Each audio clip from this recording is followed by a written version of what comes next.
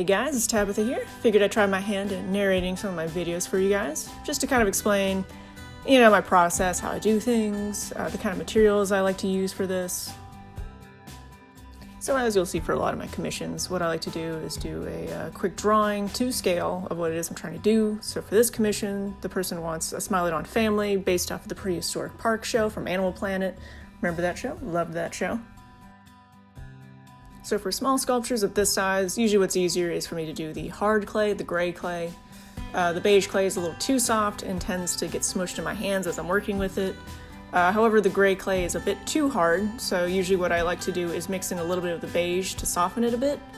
Usually like a 50-50 blend works best here. I can then take this blend and spread it over the tinfoil core of my sculptures.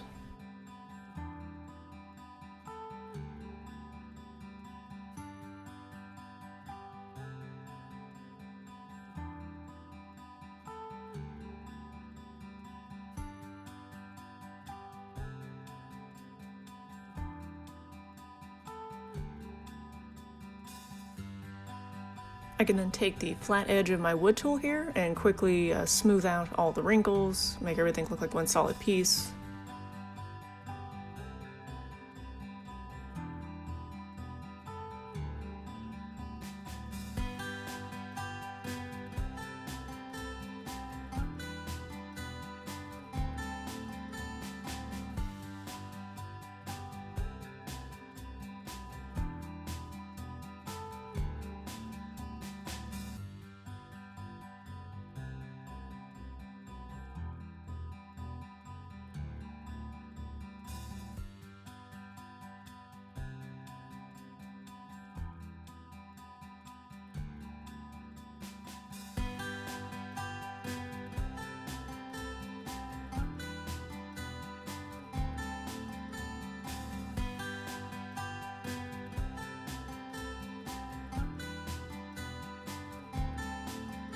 So now that I'm mostly done with the female's form, I like to move on to the male and get started with laying the clay onto him next.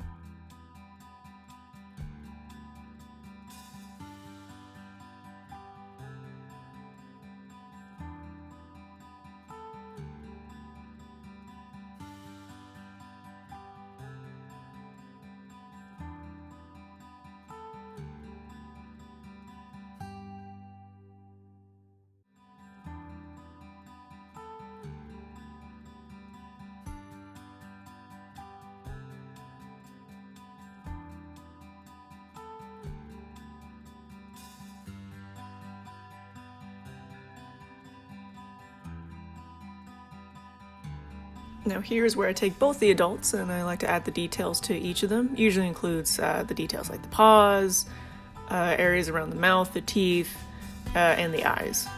I mostly like to save these parts for last, just so I don't accidentally ruin them as I work with other parts of the sculpture.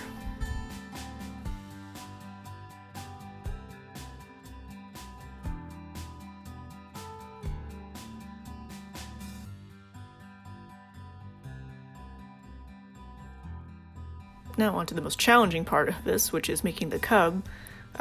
Mainly just because he is so small compared to everything else. It's going to be really hard to do the details without accidentally smushing other parts of him as I go.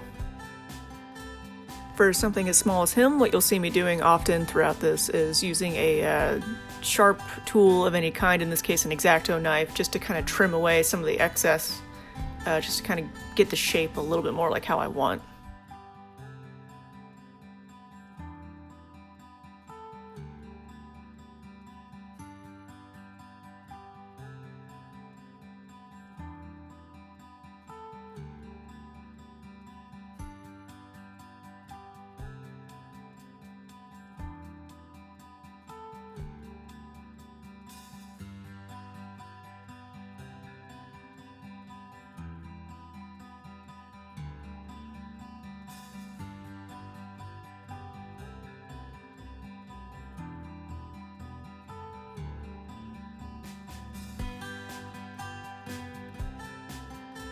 Yeah, so this is where I realized I made him a bit too big according to the diagram that I was going by, so then I had to quickly correct my mistake and try to shave down and shrink him a little bit more to what I was expecting him to be.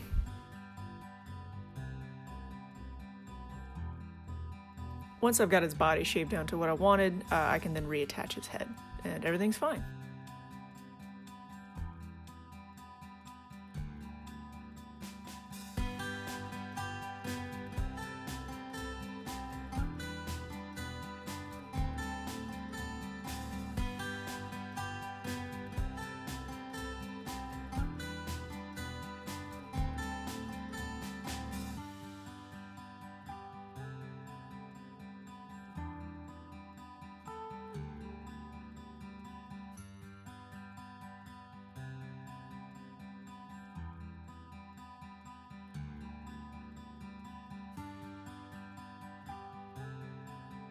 So, now the final step for any of my sculptures is to add the surface texture right before I bake it.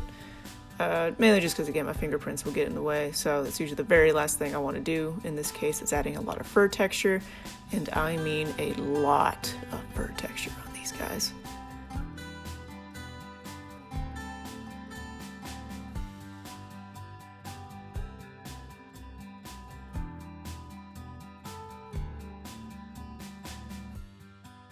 Now they're baked, and I can paint them. Now I like to start all my sculptures with a basic acrylic base coat. In this case, I just use plain white, because that's just the easiest.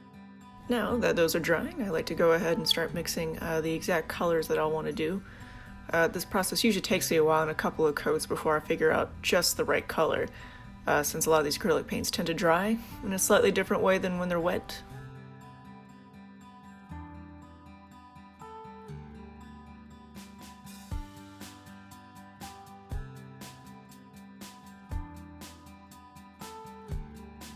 You'll see here a technique I like to use is as my paintbrush starts to lose the paint, I begin to dry brush it out. Kind of blends it, kind of doesn't, but it does give a rough transition from one color to another. Another thing I like to do pretty frequently is to do a wash over all my sculptures. Adds a nice tonal shift and also kind of blends the colors a bit better.